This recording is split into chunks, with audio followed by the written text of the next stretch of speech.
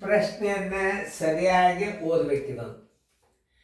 6 centimetre ಅಂಚುಗಳನ್ನು ಹೊಂದಿರುವ ಒಂದು ಸೀಸದ ಘನವನ್ನು 27 ಸಮಾನ ಘನಗಳನ್ನು ರೂಪಿಸಲು ಕರಗಿಸಲಾಗುತ್ತದೆ. ಪ್ರತಿ ಸಣ್ಣ ಘನದ ಅಂಚಿನ ಉದ್ದ ಎಷ್ಟು?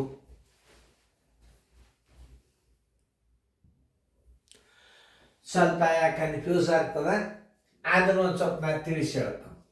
ನೋಡ್ರಲ್ಲೇ, 6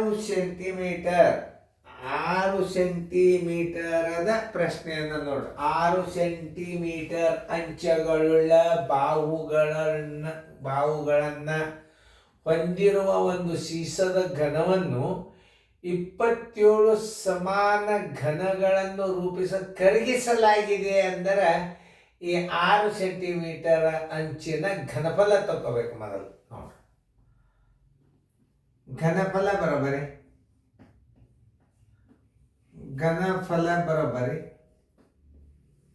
ಬರೋಬ್ಬರಿ ಭುಜ ಗುಂಡ್ಲೆ ಭುಜ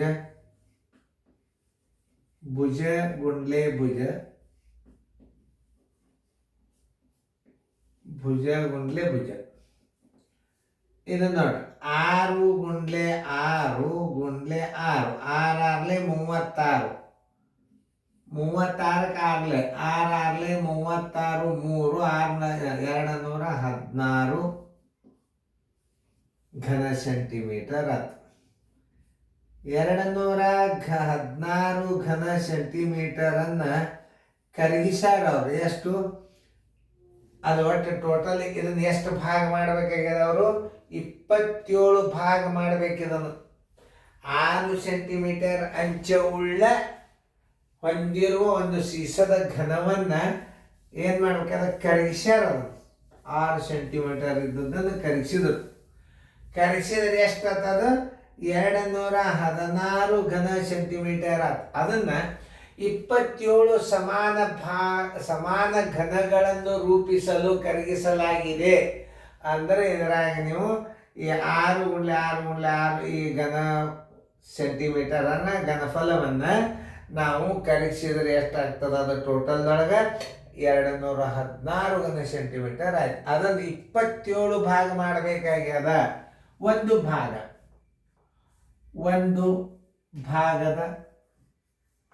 ಒಂದು ಭಾಗದ ಘನಫಲ ಬರೋಬ್ಬರಿ,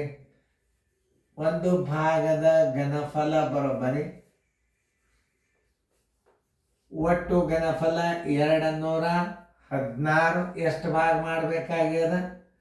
27 ಭಾಗ ಮಾಡಬೇಕಾಗ್ಯದ.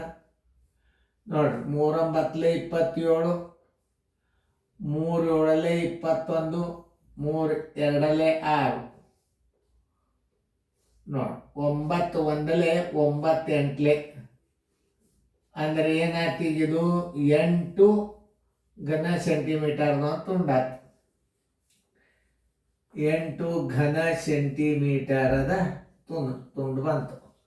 27 ಭಾಗ ಮಾಡಿದಾಗ ಒಂದು ಭಾಗದ ಘನಫಲ ಏನು? ಒಂದು ತುಂಡಿನ ಘನಫಲ ಅದನ್ನು ಎಷ್ಟಾಗ್ತದೆ ನೋಡ್ರಿ. ಒಂದು ಭಾಗದ ಘನಫಲ 8 ಘನ ಸೆಂಟಿಮೀಟರ್. ಇದರ ಬಾಹು ಅಂದರೆ ಇದರ ಅಂಚು ಎಷ್ಟು ಅಂದ್ರೆ, ಘನದ ಭುಜ ಅಂದ್ರೂ ಒಂದೇ, ಚೌಕಾಕಾರದ ಘನ ಇರ್ತದ. ಅದು ಘನದ ಅಂಚು ಅಂದ್ರೆ ಉದ್ದನೂ ಅಷ್ಟೇ ಇರ್ತದ, ಅಗಲೂ ಅಷ್ಟೇ ಇರ್ತದ. ಘನದ ಅಂಚು ಬರೋಬ್ಬರಿ ಏನು ಮಾಡಬೇಕು? ತುಂಡಿನ ಘನಫಲದ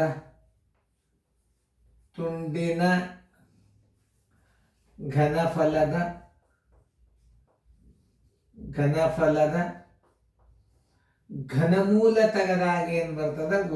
ಭುಜದ ಅಳತೆ ಬರ್ತದ. ಘನಮೂಲ ಹೆಂಗೆ ತೆಗಿಬೇಕು? ಘನಮೂಲ 8 ನೋಡ್ರಿ, 2 2 4 ಮತ್ತೆ 2 2 ಮತ್ತೆ 2 2 1 ಬರೋಬ್ಬರಿ ಎಷ್ಟು ಬಂತು? ತುಂಡಿನ ಅಳತೆ ವಿಚಾರ ಮಾಡ್ರಿ, 2. ಆ ಘನದ ಅಂಚು, ತುಂಡಿನ ಅಂಚು ಬರೋಬ್ಬರಿ, ಅಂಚು ಅಂದ್ರೆ ಭುಜ, ಬದಿ ಅಂಚು ಬರೋಬ್ಬರಿ 2 ಸೆಂಟಿಮೀಟರ್. 2 ಸೆಂಟಿಮೀಟರ್ ಹುಡುಕ್ಯಾಡಿ. ಇದು ಈಕ್ವಲ್ ಆಗ್ತದೆ.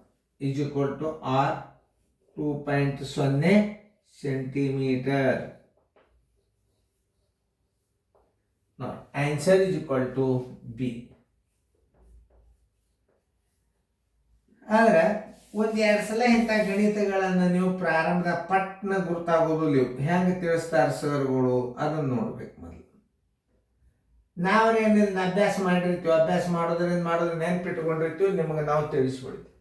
ಇದು ಘನ ತುಂಡಿನ ಘನಫಲದ ಘನಮೂಲ ಅಂತಾರೆ. ಇದಕ್ಕೆ ಘನಫಲದ ಘನಮೂಲ ಅಂದ್ರೆ ಎರಡರಲ್ಲೇ 3ಕ್ಕೆ 1 ತಕೊಂಡು 1 2 3 3ಕ್ಕೆ 1 ಅಂದ್ರೆ 2 ಬರ್ತದೆ. ತಿಳಿತಿಲ್ಲ? 1 2 3 3ಕ್ಕೆ 1 ನಾವು ತೆಗಿಬೇಕು. ನೋಡಿ ಅದೆಷ್ಟು ಬರ್ತದೆ? 1 ತಕೊಂಡ್ಬಿಟ್ರೆ 2 ಸೆಂಟಿಮೀಟರ್.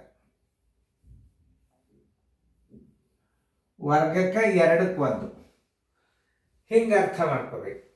ನೋಡಿ, ಘನಫಲ ಬರಬರಿ 6 ಸೆಂಟಿಮೀಟರ್ ಅಂಚುಗಳನ್ನು ಹೊಂದಿರುವ ಒಂದು ಸೀಸದ ಘನವನ್ನು ಸೀಸದ ಘನವನ್ನು ಘನಫಲ ತಗೋಬೇಕು. 6 ಭುಜ ಗುಂಡ್ಲೆ ಭುಜ ಗುಂಡ್ಲೆ ಭುಜ 6 ಗುಂಡ್ಲೆ 6 ಗುಂಡ್ಲೆ 6 216 ಘನ ಸೆಂಟಿಮೀಟರ್ ಬಂತು. ಅದನ್ನು 27 ಭಾಗ ಮಾಡಬೇಕಾಯ್ತು. ಒಂದು ಭಾಗದ ಘನಫಲ ಬರೋಬರಿ 27ರಲ್ಲೇ ನಾವು ಭಾಗಿಸಿರಿ ಏನು ಬರ್ತದ? ಒಂದು ಭಾಗದ ಘನಫಲ ಬರ್ತದ 8 ಘನ ಸೆಂಟಿಮೀಟರ್. ಒಂದು ಘನದ ಅಂಚು ಬರಬೇಕಾದ್ರೆ ಒಂದು ತುಂಡಿದ ಘನಫಲದ ಘನಮೂಲ ತಕ್ಕೋಬೇಕು. ತಕ್ಕೊಂಡಾಗ ಎಷ್ಟು ಬಂತು? 8ಕ್ಕೆ 2 ಭಾಗಿಸಿದ್ರಿ 3ಕ್ಕೆ 1 ತಕ್ಕೋಬೇಕು. ಘನ ಸೆಂಟಿಮೀಟರ್ ಘನಮೂಲ ತೆಗಿಬೇಕಾದ್ರೆ 3 ಗುಂಪಿಗೆ 1 ತೆಗಿಬೇಕು ಹೊರಗೆ.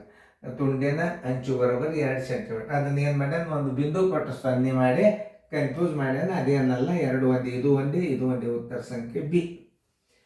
ನೋಡ್ರಿ ಎಷ್ಟು ಭಾರಿ ಅದ ನೋಡ್ರಿ ಗಣಿತ. ಚಂದಂಗೆ ತಿಳ್ಕೊರ್ನ ಹೆಂಗೆ ತಿಳಿಸಿ ನಂಗೆ ನೋಡ್ರಿ.